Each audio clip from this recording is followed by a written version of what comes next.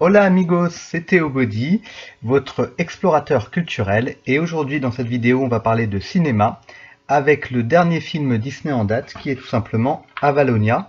Donc c'est un DVD que j'ai loué à la bibliothèque et voilà, je vais vous donner mon avis sur ce film, j'ai beaucoup de choses à dire, j'espère que ça vous intéressera. Donc voilà, c'est parti!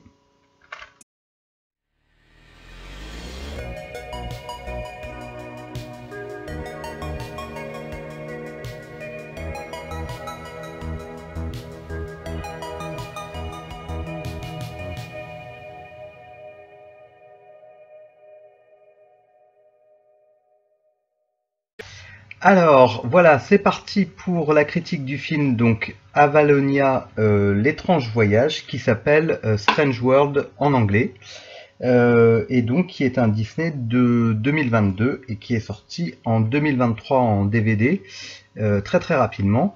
Pour la petite info, je n'avais absolument pas entendu parler de ce film, pour la bonne raison qu'il n'est pas sorti en France, en fait. Et donc j'étais surpris, étonné, et ça m'a donné envie de le voir, puisque j'aime bien ce genre de film. Et voilà, j'étais très intrigué par la petite créature bleue qu'on voit sur la pochette, là, sur la jaquette. J'avais un petit peu peur que ce soit un film qui parle d'épidémie ou qu'ils essayaient de nous passer le coronavirus à la sauce Disney. Heureusement, c'est pas le cas. Mais voilà, j'étais intrigué par ce film. Et donc toutes les infos que je vous donnerai après, je les ai découvertes sur Internet en faisant ma recherche pour cette vidéo. Donc oui, quand même, pour l'information de qui a réalisé ce film. Donc le film a été réalisé par Don Hall et Qui Nguyen et produit par Ron Conley. Donc c'est tous des gens qui ont travaillé sur des dessins animés, des films Disney assez connus. Donc voilà, on est sur quelque chose qui a priori fait plutôt envie. Alors, dans cette vidéo, je vais faire des spoilers, hein, donc si vous voulez voir le film, voilà, regardez-le et puis venez voir ma vidéo après.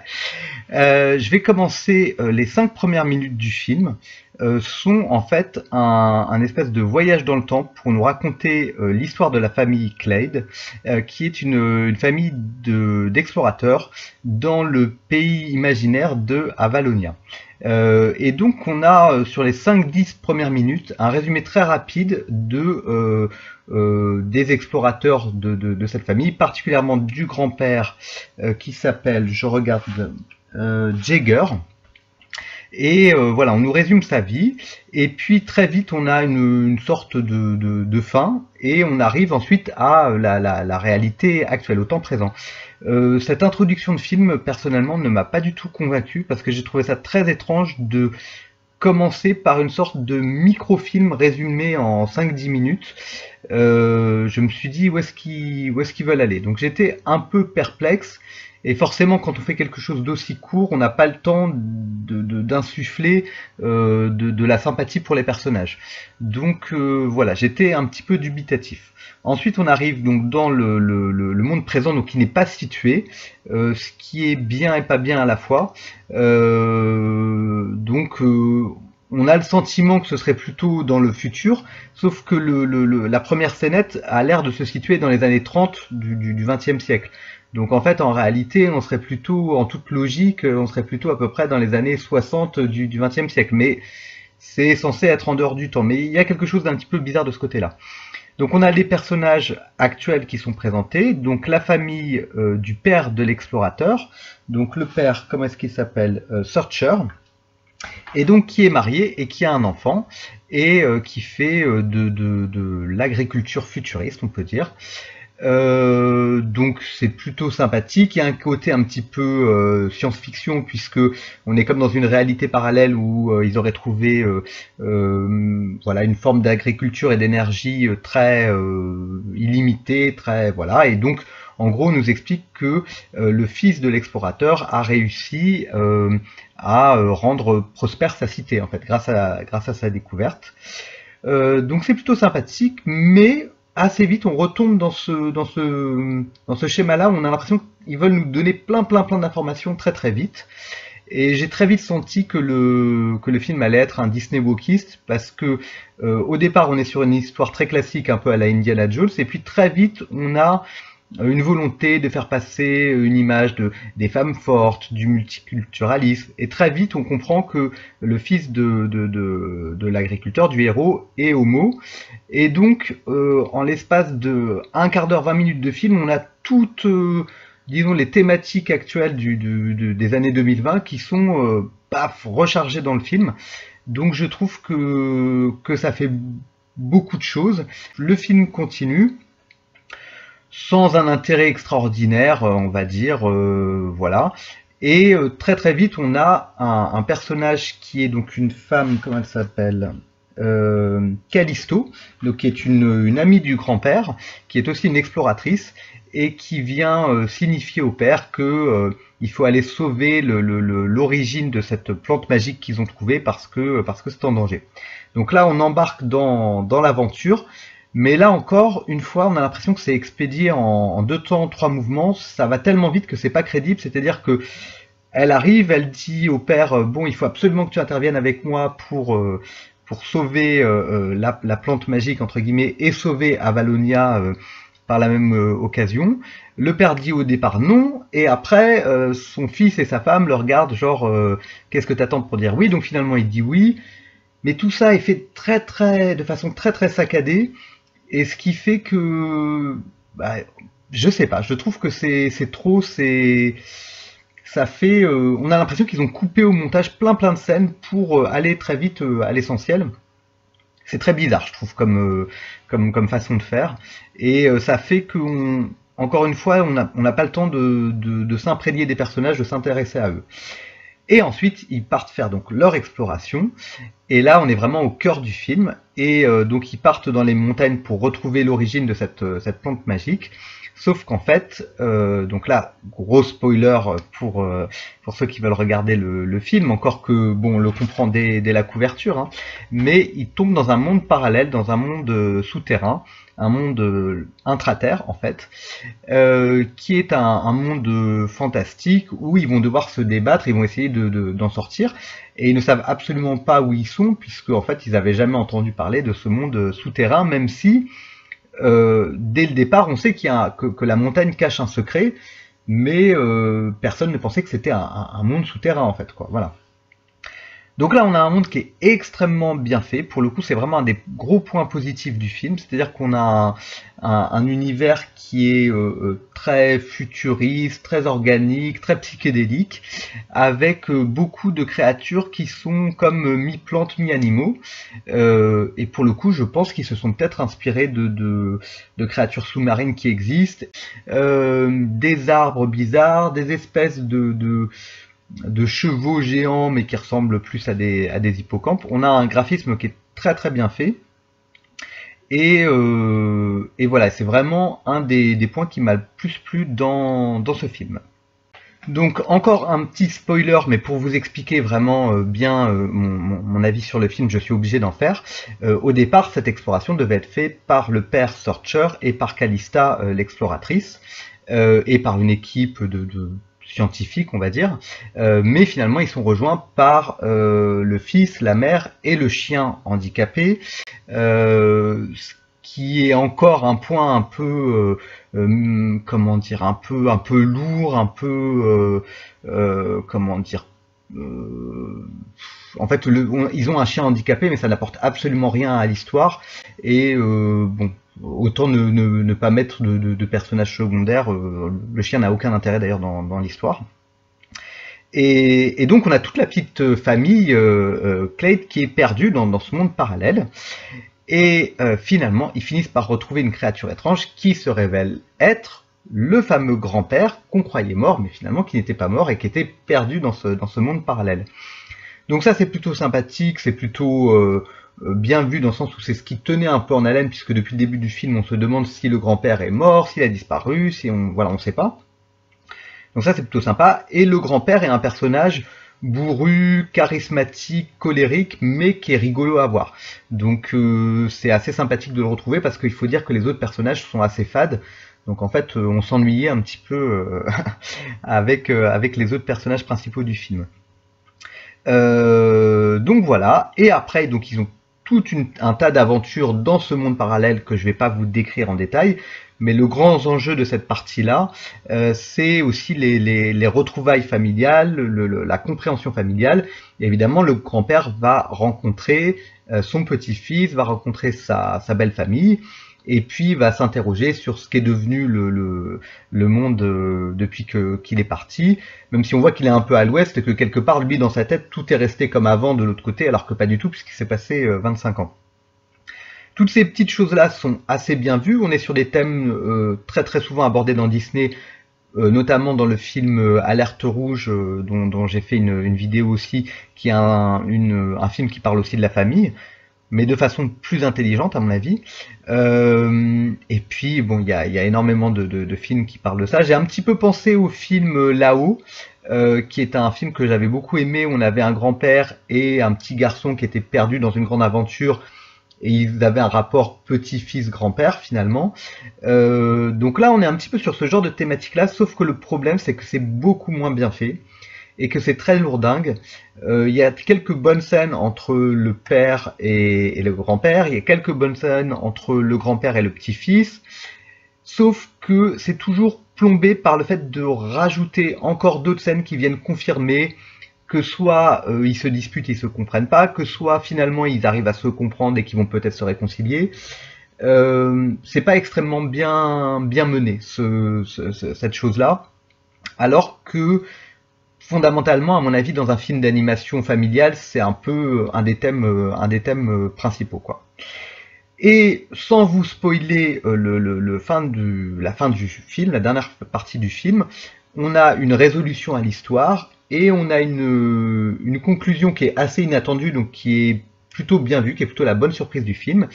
Et au final, au bout du bout, on penche plutôt sur une interprétation écologiste du film, un message écolo du film, qui pour le coup est assez intéressant, si ce n'est que, vu que le film semble déjà très moraliste, le fait d'avoir en plus une morale écolo à la fin du film, ça fait beaucoup de morale, quoi. Voilà. Alors que je pense que ce genre de film est censé être principalement un divertissement. Moi, c'est ce que j'avais ressenti sur la plupart des Disney que je regarde, pas tous, hein, mais voilà. Et là, on a surtout l'impression d'une fable morale contemporaine, mais très très lourdingue, quoi. Voilà. Mais cela dit, le film est quand même, je vous conseille quand même de le regarder jusqu'au bout, puisque on a vraiment une bonne surprise à la fin, un bon retournement de scénario. Donc voilà. Pour parler des choses qui m'ont pas plu, il y a quand même beaucoup de choses qui m'ont pas plu dans ce film. Donc comme je vous le dis dès le départ, le rythme du film ne m'a pas plu. La réalisation ne m'a pas plu, ça fait très syncopé, ça fait très pas naturel, quoi. Il me semble qu'il y a 2 réalisateurs qui ont travaillé sur ce film, donc ça se sent un petit peu. Et j'ai l'impression que les producteurs sont beaucoup revenus en disant il faut modifier ça, voilà.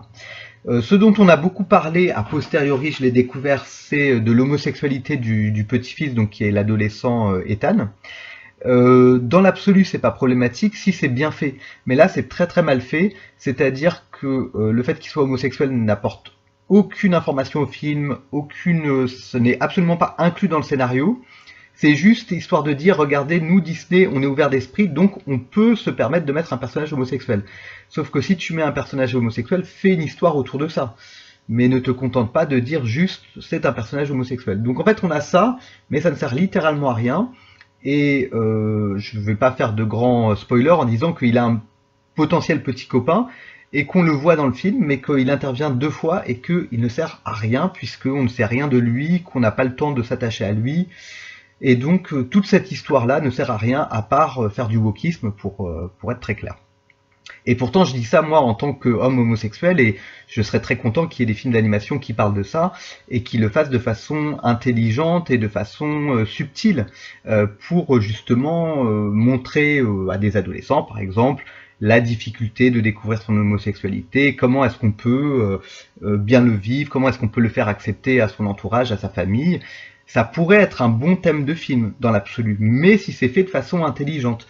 Là, c'est vraiment imposé comme ça. On a l'impression de passer des années 50 où Disney sont restés pendant très très très longtemps avec des modèles très traditionnels, à tout d'un coup, paf, 2050. Et donc voilà, c'est mal fait en fait, quoi. Il aurait fallu que ce soit bien fait. Il y a d'autres choses comme les personnages féminins qui sont très secondaires vu que c'est principalement une histoire de famille et une histoire d'homme, puisque on le voit sur la pochette, on a donc le petit-fils, le grand-père et le père. Les personnages féminins sont artificiellement des femmes fortes, pseudo-féministes, donc la mère et Calista, sauf que leurs personnages ne sont pas du tout creusés en fait. Elles n'ont pas un enjeu, quelque chose à résoudre, et ce qui fait que ça fait des personnages très artificiels, très, très plats.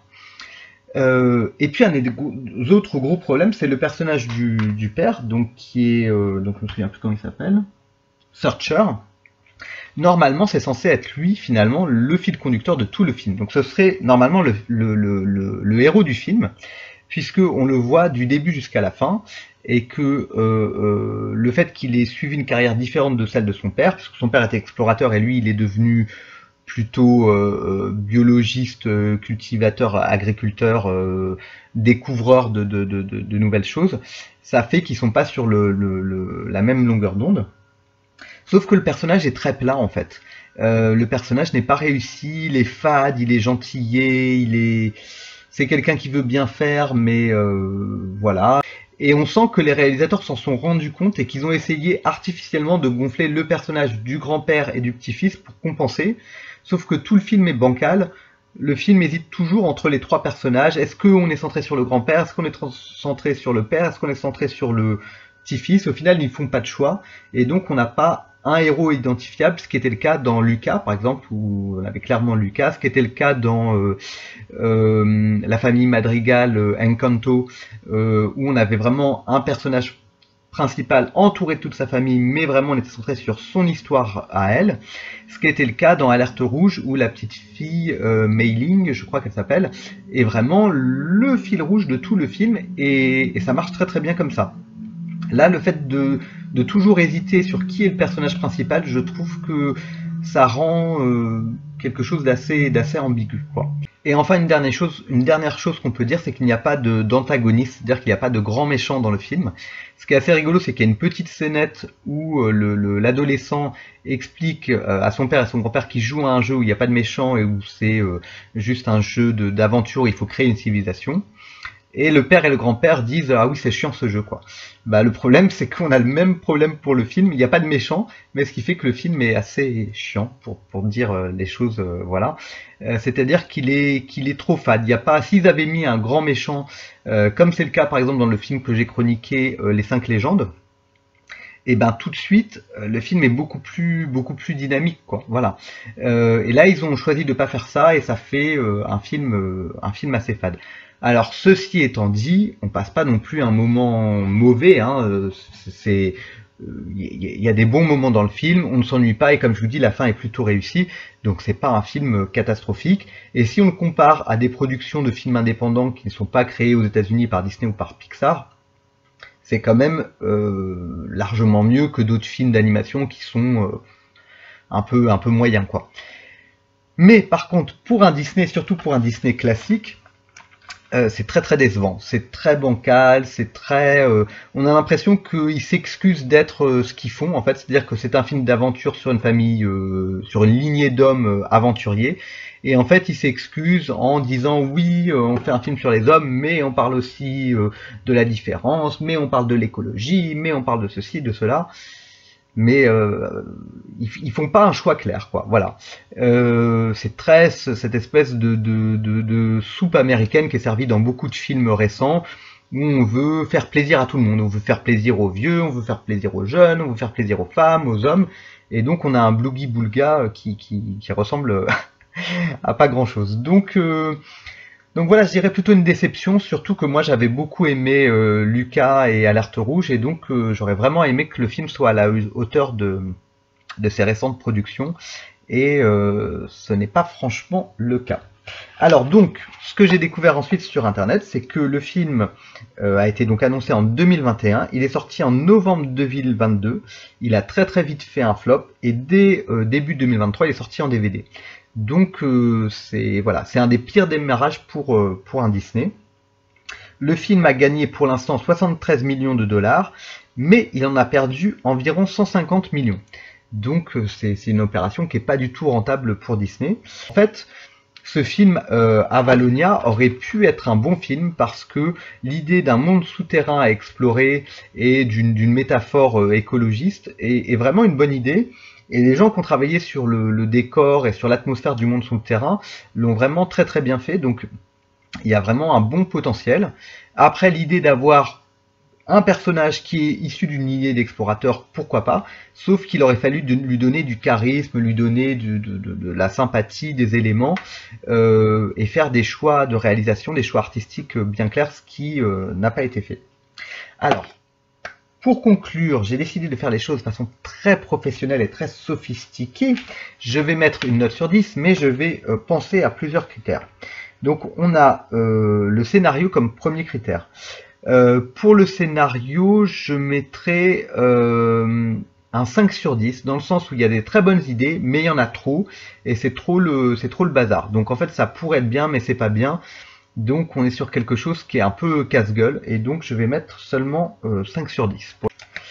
Donc on continue pour les autres aspects du film, donc le visuel, les décors, toute la création en 3D de l'univers principal d'Avalonia et puis du monde souterrain. Je mets 8 sur 10 parce que c'est vraiment un des meilleurs points du film. Cela dit, j'ai pas été aussi époustouflé que dans d'autres films, comme notamment je pense au film Abominable sur le Yeti, où j'avais trouvé qu'il y avait beaucoup de choses éblouissantes, assez féeriques, assez très belles en fait, faites en 3D.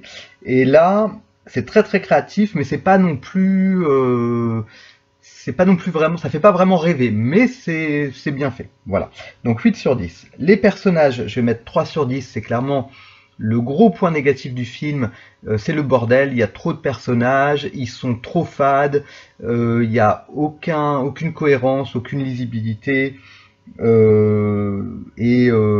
À la limite, celui que je préfère, c'est Ethan l'adolescent, mais il est sous-exploité pendant tout le film, donc bon, je trouve que c'est pas terrible. Et puis même si Ethan est bien, il faut que les autres personnages soient à la hauteur aussi, quoi. Ce qui, je trouve, est... Enfin non, il y a Ethan et le grand-père. Honnêtement, c'est les deux personnages qui sont bien, mais sous-exploités, quoi. Et ensuite, la réalisation, je vais mettre 4 sur 10, parce que beaucoup trop saccadé, beaucoup trop confus, je sais pas, c'est... Peut-être qu'avec 20 minutes de plus, donc un film plus allongé, on aurait plus approfondi certaines parties, que ça aurait été plus agréable à regarder, c'est pas impossible, mais il y a quelque chose qui fonctionne pas dans la réalisation, franchement, voilà. Et c'est étonnant parce que les gens qui ont créé le film ont travaillé sur des gros projets, mais bon, il y a quelque chose qui fonctionne pas. Tout ça nous fait 20 sur 40, et ramené à 10, ça nous fait donc 5 sur 10. Donc voilà, bah oui, un film très moyen. Comme ce film a fait beaucoup parler de lui, j'aimerais beaucoup avoir votre retour dans les commentaires, me dire si vous l'avez vu, si vous l'avez apprécié ou si vous l'avez pas du tout aimé. Dans la bienveillance, pourquoi pas avoir une réflexion sur le wokisme qui s'infiltre dans les films Disney ou dans les œuvres pour enfants. Je pense que prendre part des évolutions de la société et les mettre dans les dessins animés, ça peut être une bonne chose, mais il faut que ce soit fait intelligemment, et quand c'est fait à la va-vite, c'est assez catastrophique, quoi, comme résultat. Donc voilà, d'ailleurs, je pense que je ferai une vidéo entière dédiée au wokisme, parce que c'est un sujet qui m'énerve mais qui m'intéresse. J'ai quand même vu des sociologues qui en parlaient de façon assez intelligente, et je pense qu'il y a tout à fait lieu en tant que personne lambda de se poser des questions sur ça, vu que de toute évidence on est maintenant dans une société occidentale qui est très orientée vers ça, même si bon, faut relativiser, c'est quand même dans la réalité des faits, ça concerne très peu de gens. Donc voilà. Et puis voilà, je pense chroniquer d'autres films d'animation prochainement sur ma chaîne. Et n'oubliez pas que sur ma chaîne, je parle principalement de pop musique. Donc si le sujet vous intéresse, n'hésitez pas à regarder mes autres vidéos. Voilà, je vous souhaite une bonne journée, une bonne soirée et je vous dis à très bientôt. Au revoir.